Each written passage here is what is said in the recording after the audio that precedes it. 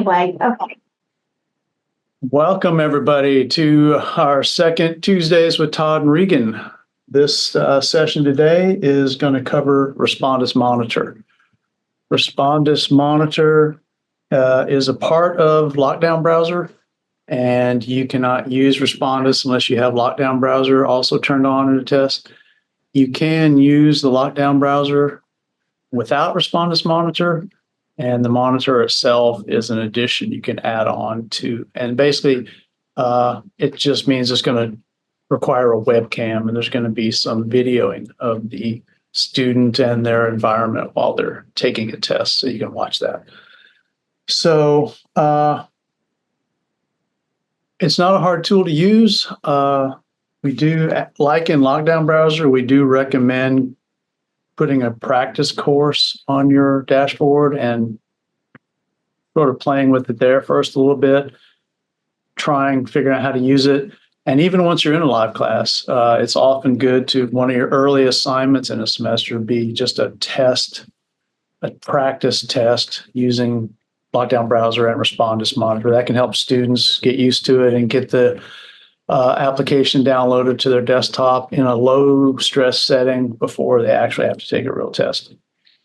So one thing I'll mention about Respondus Monitor is a key part of accreditation for colleges these days in online courses.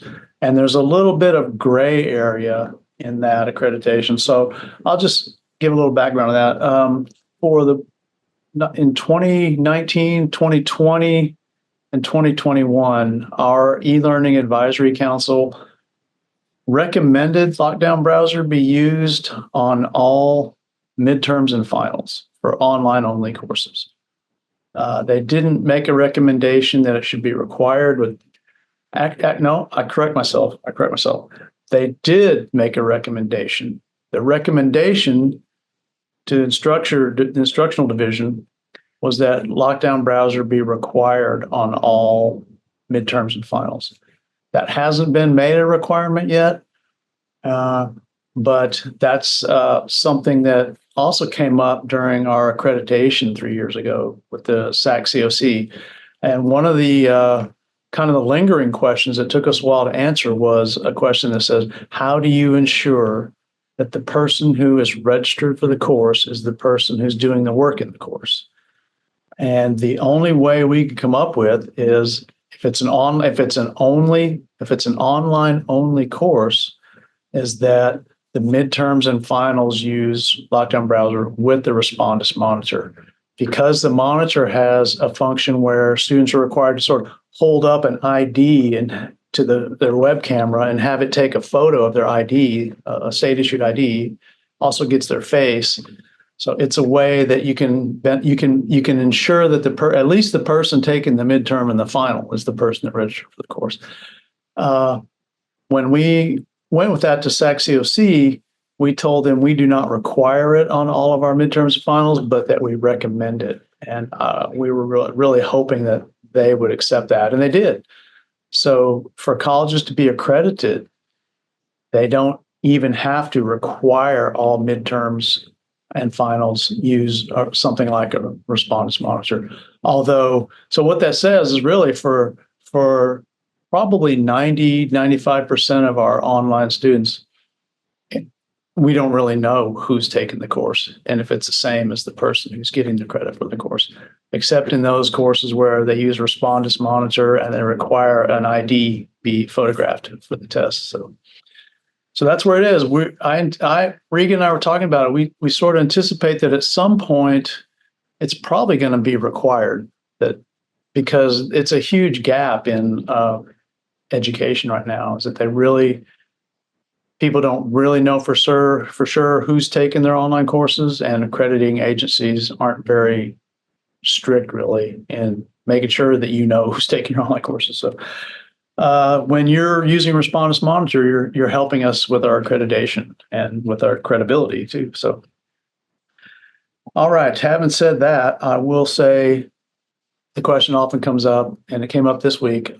is it possible for students to cheat using Respondus Monitor? And just like anything else in education, it's possible for students to cheat if they're dedicated to cheating. They're going to cheat it. There's ways to cheat it.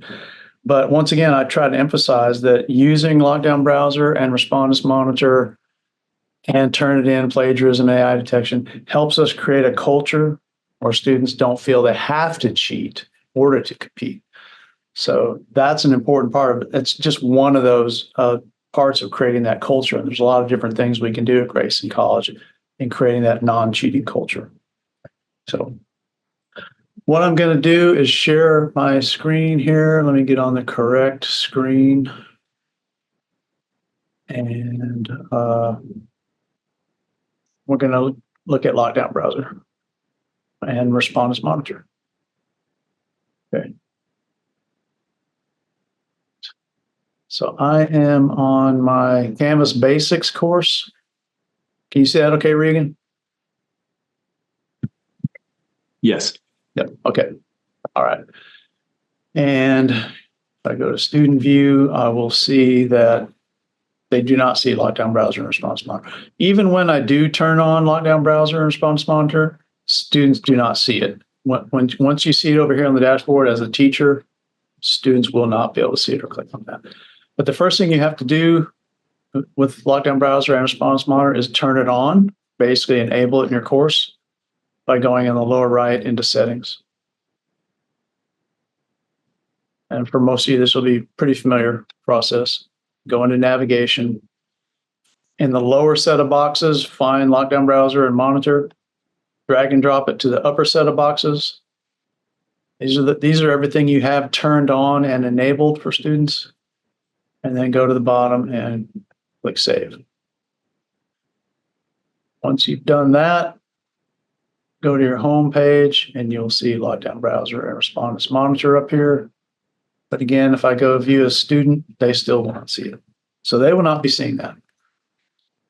But once you have enabled that, you're ready to turn it on different quizzes, which will populate in there. I will say really quickly something. When you copy a course for next semester, like if you have Lockdown Browser and Monitor on your course this semester, if you copy that course for the next semester, it's going to be on there. However, it won't actually turn on and work until you've actually clicked on that tab. So like I clicked on that tab right now. If that was the first time in the semester I clicked on it, I would get a little pop-up that says, you've turned this on for the semester, basically. So if you copy your course over and do not click on Lockdown Browser and Respondus Monitor next semester, it won't work yet for students. And students are going to be contacting you and us. And so you just got, and that's really all I have to do is just click on it and look at it, maybe review your test. So when you click on Lockdown Browser and Monitor tab, it's going to automatically populate any of the quizzes that you already have in that course. They're going to show up in here, and it's going to have a setting for whether you want the Lockdown Browser on and whether you want the proctoring or what we call Respondus Monitor on. And then you'll see a few other tabs up here, which Regan and I will be covering. And so for actually setting up Respondus Monitor on a quiz, I'm going to hand it to our instructional designer, Regan White. Regan? Do you want me to stop sharing my screen? Yes, please. Okay. I'm going to start sharing in just a second. Okay. All right. Thank you, sir. I'm going to share. If I can find it. I have so many screens now. It's hard to see. Can everybody see okay? Yep. Everybody can see my screen. All right. Should be seeing the Canvas Basics course that Todd was just in. And so I'm going to continue on from there. And basically, I need to refresh so that I can have my Lockdown Browser. You should see this link in your course navigation if you've enabled it, as Todd just did. So once you have that, then it's time to go in and set up the exams that you want to use Lockdown Browser and the Respondus Monitor with. So if you click on that, and we go to the Respondus desktop, what you'll see is a list of quizzes that you've already set up in Canvas They may or may not already require Lockdown Browser. If they've already been set up with it, it will say here required. Otherwise, like these are, they say not required. Excuse me just a second. Sorry, allergies are really making me suffer today. Wow. That was much better. All right, so let's go ahead and look at this Canvas Basics quiz here. And we're just going to go through the process, not only of just kind of quickly glossing over Lockdown Browser, but more deeply into setting up the Respondus Monitor. So if you find a quiz that you want to set up the monitor in, the first thing you'll have to do is click on Settings.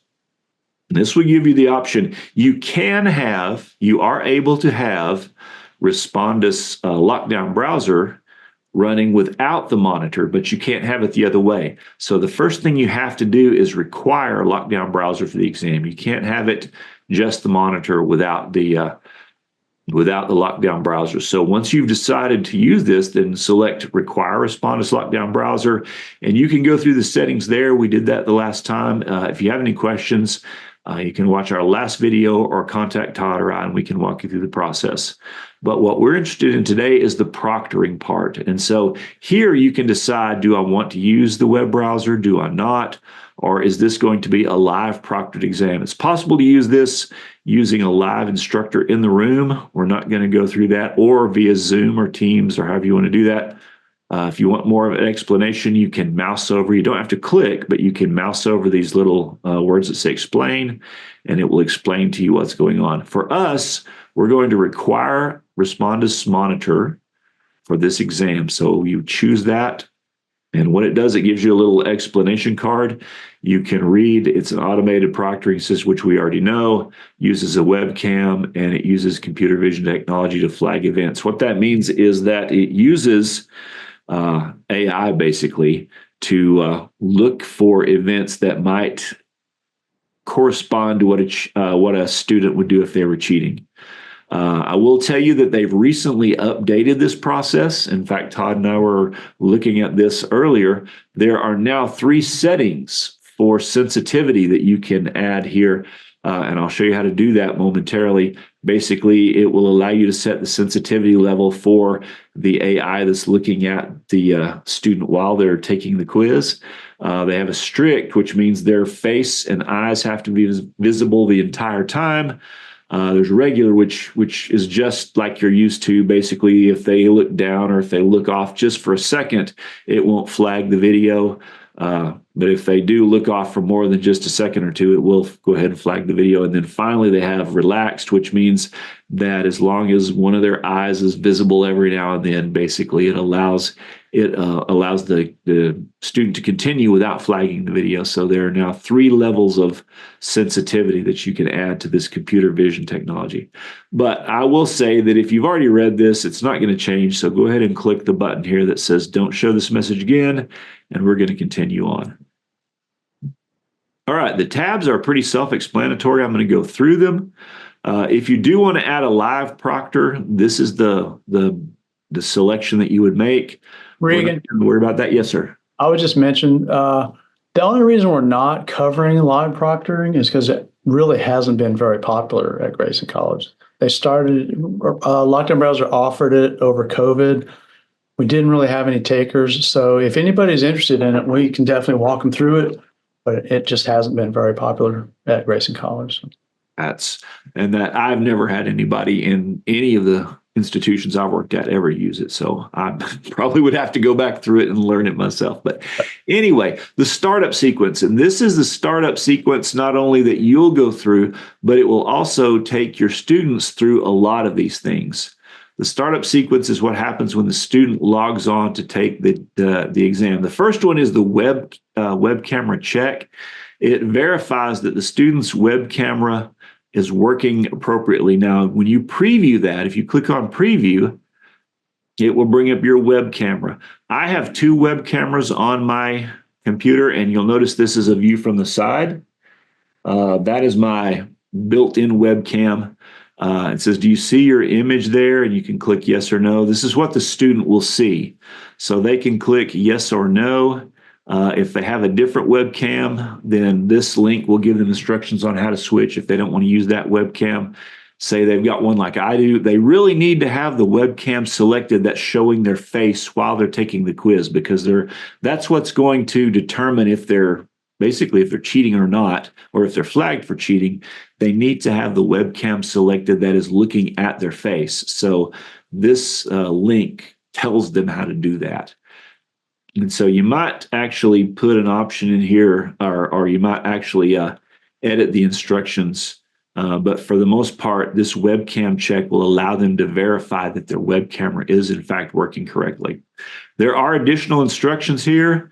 You can basically, these are the instructions that your students will be given during the exam. You shouldn't access other resources.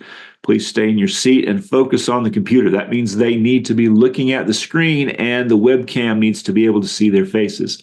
Now, once again, depending on what sensitivity you have set, there's a little wiggle room there, but for the most part, the camera needs to be able to see their faces. That makes sure that they're not looking away, they're not looking at somebody else giving them answers, or they're not looking at another device. Because we can control what is being presented on their computer screen for the computer they're working on, but if they have another device in the room off camera, that's a little tricky. So regardless, what you would do is you can edit these instructions. If you click here to edit text, you can add your own personal instructions there. Guidelines and tips. These are guidelines as to what the student should do to be most successful. If you look at that as a preview, you want to avoid rooms where there are distractions. You want to turn off any external devices. And then this is exactly what your students will see. You want to run the webcam check, the system and network check. You want to make sure everything works before you start the quiz.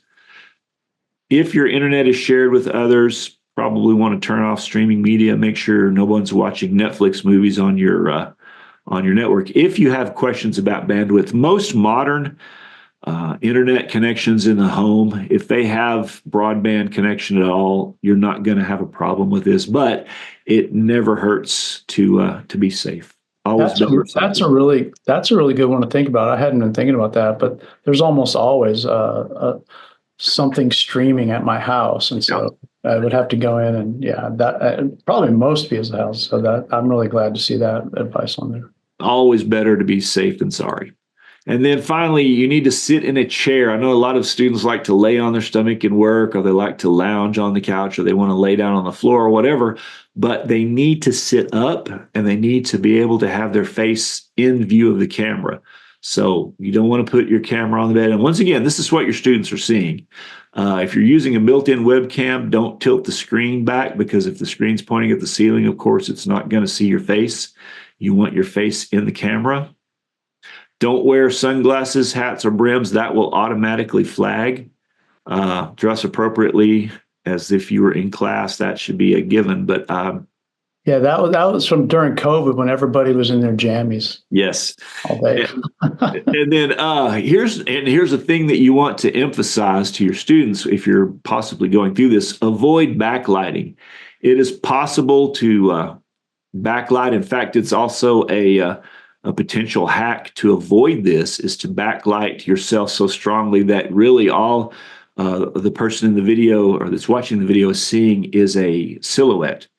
And so it's a pretty well-known hack. You want to have a well-lit room, but you want it to be lit from the front or above, and not necessarily putting your back to a window, because that's a thing that some people do. So you want to avoid backlighting. Make sure that other devices are turned off. This is just basically an honor policy thing here. There's no control that you have over this. You want to have external devices turned off, and you want to clear your workspace of all materials. An interesting note, I have an interesting note on that one. There are devices, or there are programs like Honor Lock that knows when a student is using a device near their computer. I have no idea how that works. Have you heard of that? I have heard of Honor Lock, but I didn't know it was capable of that. Honor Lock, yes, it knows if somebody is taking a test and also has their phone, and it can somehow, I don't think it disables their phone or flat. I don't know. Kind of terrifying, but yeah. that's out there. It costs $100,000, but it's out there. Yeah. Whew, golly. I don't Yeah. know if I don't think it's really worth that, but that's okay. All right. So at that point, then you click on continue. And if everything, if they understand everything, if they've gone through the webcam check and the environment check, then the quiz would start. So the next step they would need to do, though, they need to take a photo of their face, and they should make sure that their webcam is looking up at that point. And so now it's trying to use my other webcam, which is in use. So that's why it's saying this. The students probably will only have one webcam and they will not be hooked up to Zoom. So that's why they would actually see their cameras. They need to look at the camera when they're taking the picture. It needs to be lit from the front and it needs to be a full face picture. So you want to emphasize that to your students. Verify that they are actually in the picture and that it is a full face picture, because otherwise, well, number one, it won't let them, unless the AI detects a full face picture, it won't let them use that picture. Number two, if it does, it's kind of defeating the purpose. So at that point, they're going to be asked to show their ID. This is the text that they will see. So hold up your identification. They need to hold up their student ID card. It needs to be a picture ID. They need to, or you need to, as an instructor, tell them if it has to be a driver's license or it has to be a college ID, whatever you can specify. But for the most part, it needs to be a picture ID that has a legible picture that looks similar to them. If you hold up a picture ID and the picture has dark hair and it's curly and it's obviously permed, and then when they look at your picture and it's short hair and close cropped and blonde, that's a flag. It's not going to work. So they need to look similar to their ID picture. So that can actually be an issue right there. And then once that has occurred and they pass the ID exam, the AI will compare their picture to their ID picture. And if it passes, then they'll go on to the environment check. And what happens, your computer will display a message. Oh, for some reason, it gave me that one back. So what you should ideally do is turn your computer camera, show your desktop is clear. You don't have anybody else in the room with you. Essentially, you're just showing a picture of the environment 360 degrees around you. And that way, you can be pretty sure that they're not looking at some other device or there's nothing questionable going on like that. So at that point, then,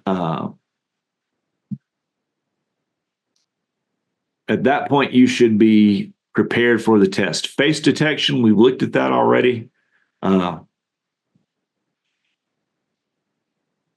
They're going to be in front of the camera.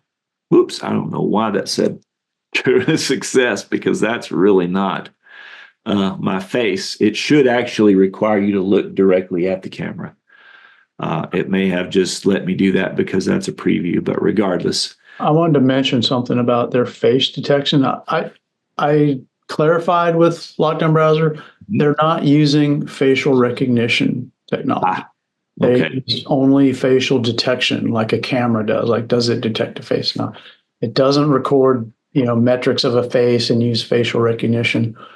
Also, I don't know if you mentioned those the checklist we just went through. Teachers can customize which ones they want to do by checking or unchecking. Like for a more formal test, they might want to check all of those. Or for different testing scenarios, they can unclick some of them if they've already, if they don't want to do all those, that's custom. All of those, they can uncheck those that they don't need for a given exam. And that's actually where I was going. Okay. So for a final exam, you'd probably want to have all these things checked, but for just a regular test, I don't know that I would. Face detection options, you can modify that here. You prevent students. You can actually, if the face detection exam, the test, that part of the check sheet doesn't work out, then you can actually prevent them from taking the test. And it will, unless the program is sure it's a face, it will prevent them from taking the exam. and then notify the student during the exam if their face gets out of the camera range. If they look down or they look off, and depending upon your sensitivities and how you have those set, if they look off, it may give them a little bit, or it may, if you've got it set to strict, it may immediately jump up and notify them that they have looked off the camera. This can also can be affected by the lighting in the room. If the lighting changes, then the flag will be triggered as well. So you have to be understanding sometimes about how you want to use this, because it can trigger for some things that maybe are not caused by the student's fault. Then there's a set of advanced settings. Allow the use of an iPad. Essentially, Lockdown Browser has an iPad version. You don't in the plain version of Lockdown Browser, in the vanilla Lockdown Browser, you no longer have to specify that what's being used is an iPad, because it works with iPads now. But in the monitor version, you still have to specify, I want to use an iPad with this. So you would have to check that. If you have any students that are using an iPad that you know of, or that email you and say, hey, I can't take my quiz because it says something about an iPad, then you would need to check that to allow them to use an iPad. Regan, do you know of any reason why you wouldn't want to check that? To be honest, I can't think of a reason. I would probably just check it by default, because that way it covers you. It covers you regardless. You don't have to wait for them to contact you to tell you that you're having trouble. So I don't know why you wouldn't use that. Yeah, that's what I was thinking. And then allow this exam to additionally be delivered. We're not going to worry about that right now, but that is if you're giving a consecutive exam. So you've got an exam being delivered in a room as well as online. You're not using webcam recording. Basically, this would allow you to set up the proctor. If anybody has any questions about live proctoring, we'll walk through this with you. Enable to show your work. This is after the exam. Basically, what it does is it allows the student to take pictures of their scratch paper. And if you require this, then the students can take pictures of the scratch paper that will show, if, especially like in a mathematics course, if you're doing a mathematics exam and you want the students to show their work, then they're allowed to take pictures of their scratch paper and it will upload those. You can, and I'm going to go ahead and set this here, you can modify the instructions, and that will allow you then to more fully explain what you want from your students.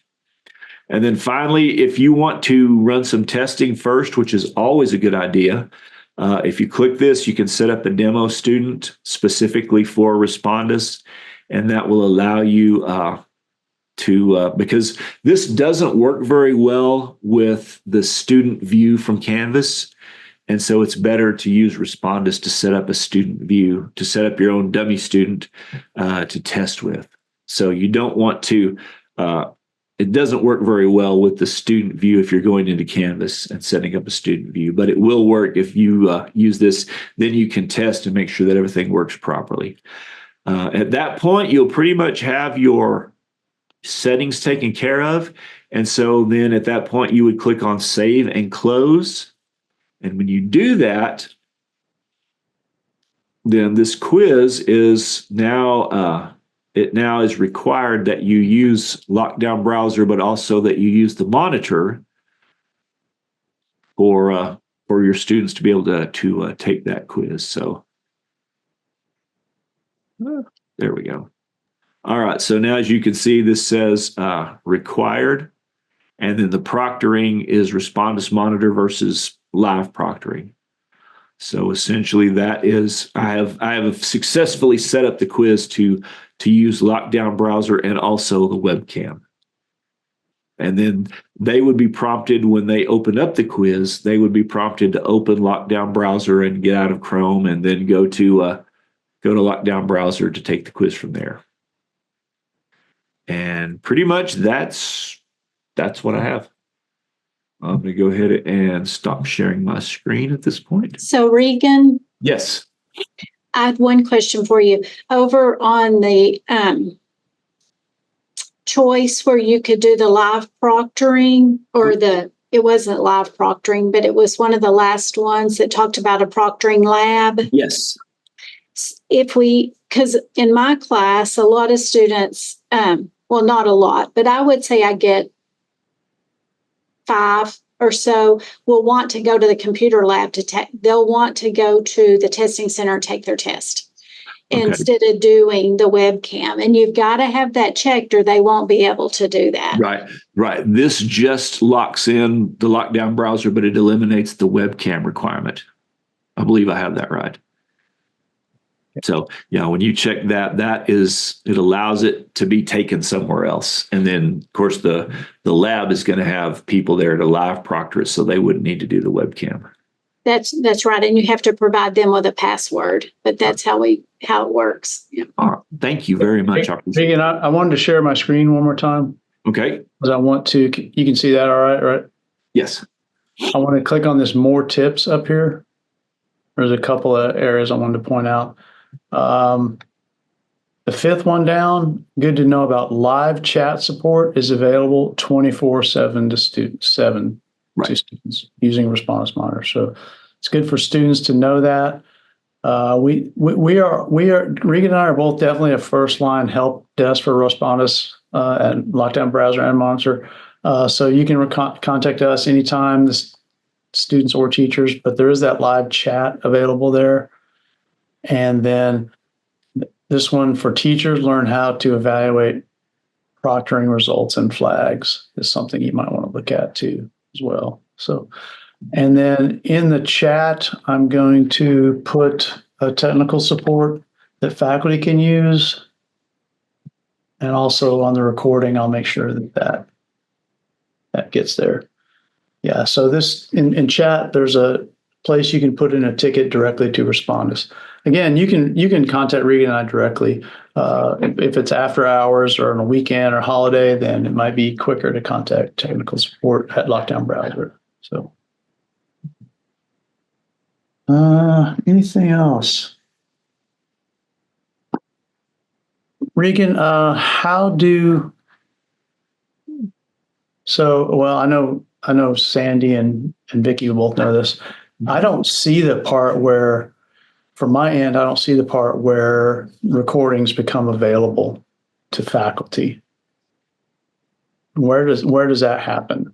Like after the test is over and they get the results, right? Right. And then they get a message. This is as I understand it, because I've never done this myself, but they get a message from Respondus that says this was flagged for this reason. Mm-hmm. They get an email? I believe that's what it is. Yeah. They get a message from Respondus and it says this is flagged, and that's how they generate the request that comes to you. Then they click on it. I'm going to look again because I used to. The way it works on my end is until I go in and review the test, I don't get anything from Respondus, but I'll go in and review it. Mm-hmm. Then I can see the flags, and then I can request. There's a button, if I remember right, it's been since the summer since I've done this, but I would click that if I wanted to request the actual video of it. So does that happen in SpeedGrader and Canvas? No, I have to go into Respondus Lockdown.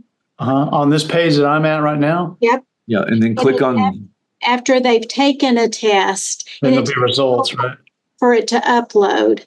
And then I can see snippets of and if I've got a question about it, or it's flagged a lot, then that's when I click the button to ask you, Todd, to send a recording. So does that happen like the way it used to happen is once I have results, and so I'm looking at settings and review early text. Once I have results, there'd be a results option right here. Is that right? Yes, that's right. That's where it was as of last summer for sure. Okay. Yeah. I don't have any results. That's why I'm not seeing it. Okay. That's what I thought. Okay. Thank you.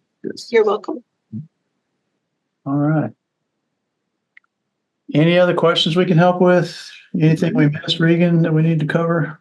I think we're good.